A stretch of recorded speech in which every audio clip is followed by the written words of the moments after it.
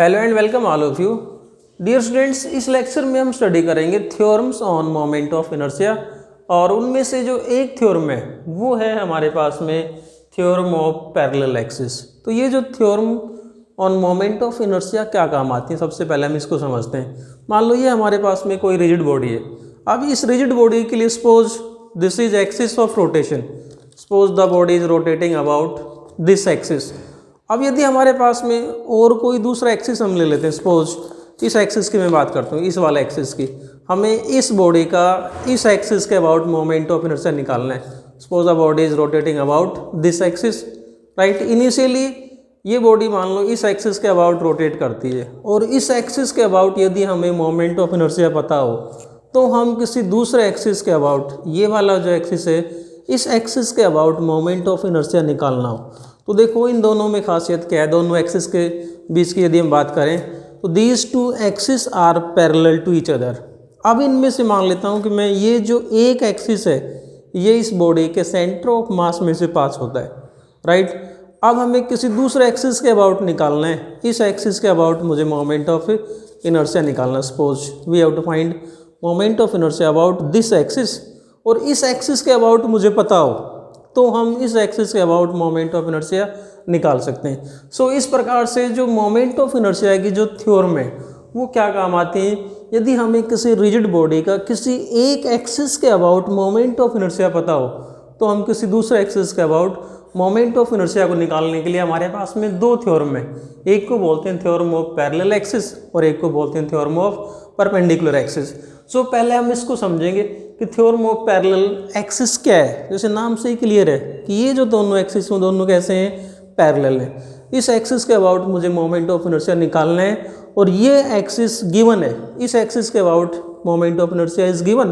और इस एक्सिस की खासियत क्या है कि it is passing through centre of मास। अब हम समझते हैं इस कंसेप्ट को यहाँ पर कि हमारे पास में इस प्रकार से ये रिजिड बॉडी है, this is the rigid body और ये कोई एक्सिस है which is passing through centre of मास।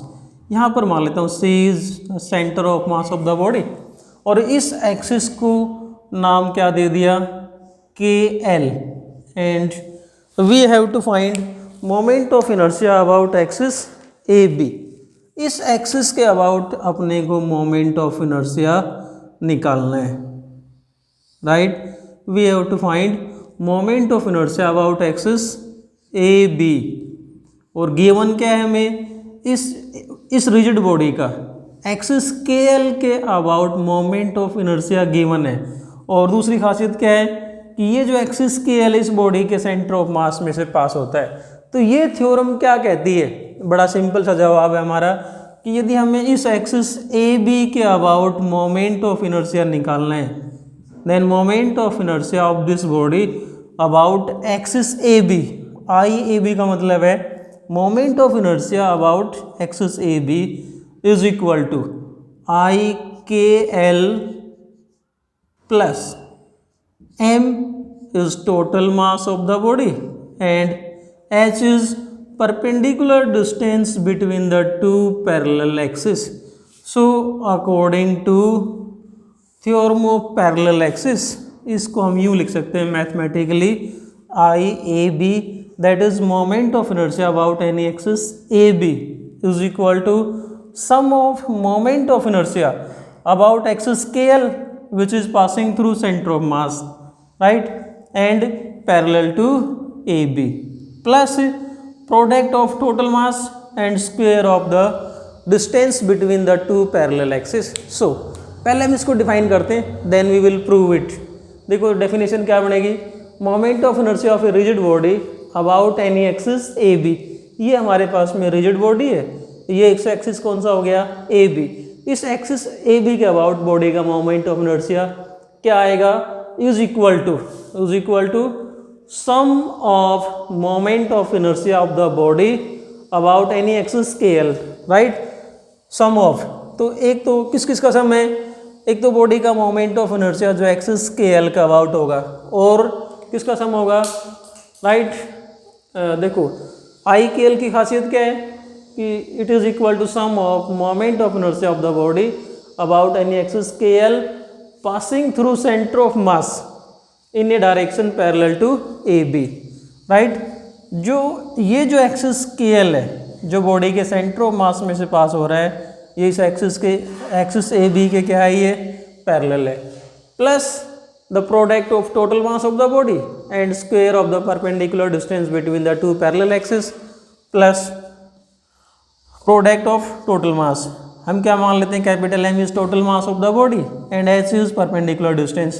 तो टोटल मास और जो परपेंडिकुलर डिस्टेंस इसके स्क्वायर का जो प्रोडक्ट होगा, राइट, क्या बना MH स्क्वायर। तो इन दोनों के सम के बराबर क्या आएगा, इस बॉडी का टोटल मोमेंट ऑफ इनर्शिया आ जाएगा एक्सिस AB के अबाउट। सो ये तो होगी इसकी स्टेटमेंट। अब हम इसको प्रूव करते हैं। प्रूव देखो किस प्रकार से करेंगे। हमें प्रूव क्या करना है, IAB is equal to IKL plus MH square. So आइए इसको प्रूव करते हैं।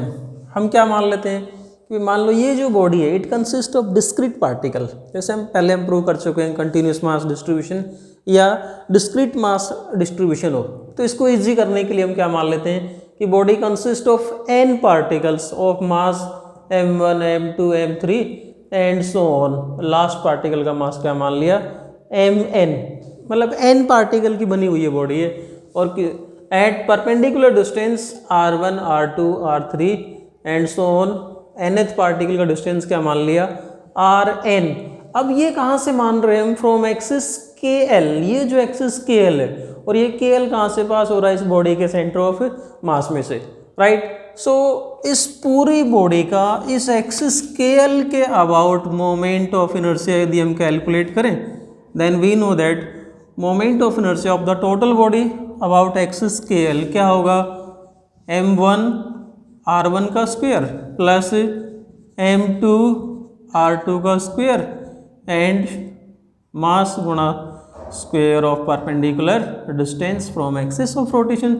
जितने भी पार्टिकल हैं सभी का मास और जो परपेंडिकुलर डिस्टेंस है एक्सिस ऑफ रोटेशन से, उसका जो स्क्वायर है, इनका प्रोडक्ट करके सम कर देंगे, टोटल मोमेंट ऑफ इनर्शिया आ जाएगा। इसको हम क्या लिख सकते हैं, IKL is equal to summation MI/RI square, और जहाँ पर I की वैल्यू क्या होगी, 1 से n। I क्या है, कोई भी जनरल पार्टिकल है which is at a perpendicular distance RI। हम यहाँ मान लेते हैं suppose this is ith particle. ये जो पार्टिकल है इसको मान लेते हैं ith पार्टिकल, और इस पार्टिकल का जो मास है वो क्या मान लेता हूँ मैं, MI, और इसका ये जो डिस्टेंस है इसको नाम क्या दे दिया, RI। सो इस बॉडी का मोमेंट ऑफ इनर्शिया इस एक्सिस KL के अबाउट क्या आ जाएगा, IKL is equal to summation MI/RI square, right. This is moment of inertia about axis KL। लेकिन हमें करना क्या है, we have to find moment of inertia about axis AB। So AB के अबाउट मोमेंट ऑफ इनर्शिया निकालना है हमें। तो देखो ये जो ith पार्टिकल है इसका इस एक्सिस KL से डिस्टेंस कितना है, RI। टोटल डिस्टेंस यहाँ से एक्सिस AB से ये डिस्टेंस कितना हो गया, H प्लस RI। यदि हम ये मान लेते हैं कि ये जो ये वाला जो डिस्टेंस है, दिस डिस्टेंस, एक ही एक्सिस पे दोनों पार्टिकल हैं, मतलब ये पार्टिकल इस एक्सिस पे लाई करता है, जो इन दोनों को ज्वाइन करता है वो आगे बढ़ रहा है, राइट। सो इस ith पार्टिकल का यहाँ से डिस्टेंस कितना हो गया, H plus RI। So moment of inertia of this body about axis AB, we can say that moment of inertia of the body about axis AB is equal to, पहले यदि ith particle की बात करते हैं तो अकेले particle का क्या होगा, MI/RI प्लस H, मास गुणा square of distance, but body consist of n particle, और I क्या जनरल पार्टिकल है।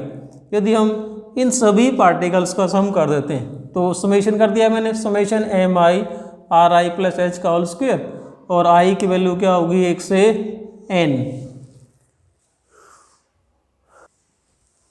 सो इस पूरी रिजिड बॉडी का इस एक्सिस AB के अबाउट मोमेंट ऑफ इनर्शिया ये आ गया हमारे पास में, समेशन MI/RI प्लस H का square, right, product of mass and square of distance.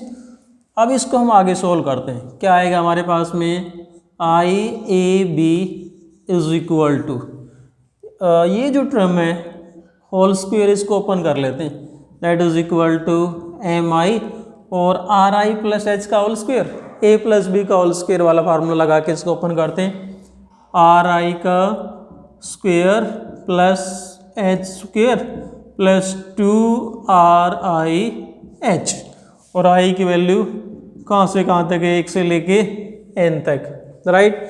अब इन सभी जो प्रोडक्ट का सम है इसको हम यहाँ से अलग अलग राइट कर लेते हैं, क्या आएगा हमारे पास में, इसको देखते हैं हम इसको इस प्रकार से कह सकते हैं, I A B is equal to, I A B is equal to, इसको आर आई से मल्टीप्लाई कर देंगे तो फर्स्ट टर्म क्या बनेगी, summation M I R I का square, summation M I R I square, plus अगली टर्म क्या बनेगी, summation M I into H square, and plus जो अगली टर्म है वो एम आई को इससे मल्टीप्लाई करेंगे 2RIH से।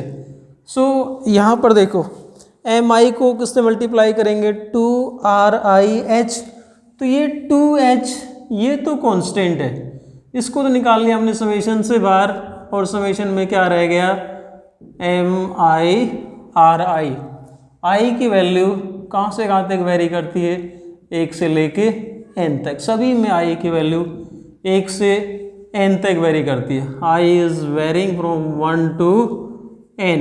सो ये जो टर्म है इसको हम क्या लिख सकते हैं, I A B is equal to summation M I R I square, ये देखो summation M I R I square तो हम पहले ही प्रूव कर चुके हैं, ये क्या है, एक्स स्केल के अबाउट मोमेंट ऑफ इनर्शिया, तो ये जो टर्म है पूरी इसकी जगह में क्या लिख सकता हूँ, I K L, this is equal to I K L, plus देखो समेशन एम आई, एच तो constant, this distance constant, summation M I क्या बना, पूरी बॉडी का मास, सभी पार्टिकल का mass, and that is equal to mass of the body, जिसको हमने नाम दे रखा था कैपिटल एम, इनटू में क्या आ गया, एच स्क्वेयर, राइट, प्लस अब हमारे पास में ये टर्म रहेगी 2H summation M I R I. What is M I R I, this M I R I is known as moment of mass. देखो हमें इसको समझना जरूरी है कि what is meant by moment of mass. जैसे हमने मोमेंट ऑफ फोर्स पढ़ा था, मोमेंट ऑफ फोर्स क्या होता है, फोर्स गुणा perpendicular distance r into F, इसको क्या कहते हैं, मोमेंट ऑफ फोर्स। इसी प्रकार से जो मोमेंट ऑफ लीनियर मोमेंटम क्या पढ़ा था, r into P, right, linear momentum गुणा परपेंडिकुलर डिस्टेंस। इसी प्रकार से मोमेंट ऑफ मास क्या हुआ, ये r इंटू एम, मास गुणा perpendicular distance of ith particle. अब ये जो एक्सिस है हमारे पास में के एल, पार्टिकल इसके चारों तरफ है, इधर भी पार्टिकल होगा, इधर भी होगा, इधर भी होगा, m1 m2 m3, इसके चारों तरफ मास का डिस्ट्रीब्यूशन है। तो ये मोमेंट ऑफ मास क्या होगा, जो एक्सिस हमारा के एल है, it is passing through centre of mass, so we can say that body is balanced about centre of mass. ये जो रिजिड बॉडी है it is balanced about centre of mass, right. So हम क्या कह सकते हैं, सो इसका जो मोमेंट ऑफ मास होगा, so it's moment of mass is 0, that is summation M I R I is equal to 0, this is moment of mass of the body. किस लिए कह दिया हमने कि ये जो एक्सिस स्केल है इसकी, ये इसके सेंटर में से पास होता है, सो क्या होगा, इसके चारों तरफ मास का डिस्ट्रीब्यूशन, बॉडी सेंटर ऑफ मास के अबाउट क्या रहती है, बैलेंस रहती है। सो इसका जो मोमेंट ऑफ मास है, ये वाली टर्म क्या बनेगी, summation M I R I, इसके बराबर होगा 0 के बराबर। सो ये टर्म 0 हो गई। तो फाइनली हमारे पास में क्या आ गया, हम ये कह सकते हैं I A B is equal to I K L plus M H square and this is the theorem of parallel axis जो हमें यहाँ पर प्रूव करना था। सो ये था हमारे पास में concept theorem of parallel axis. Thanks.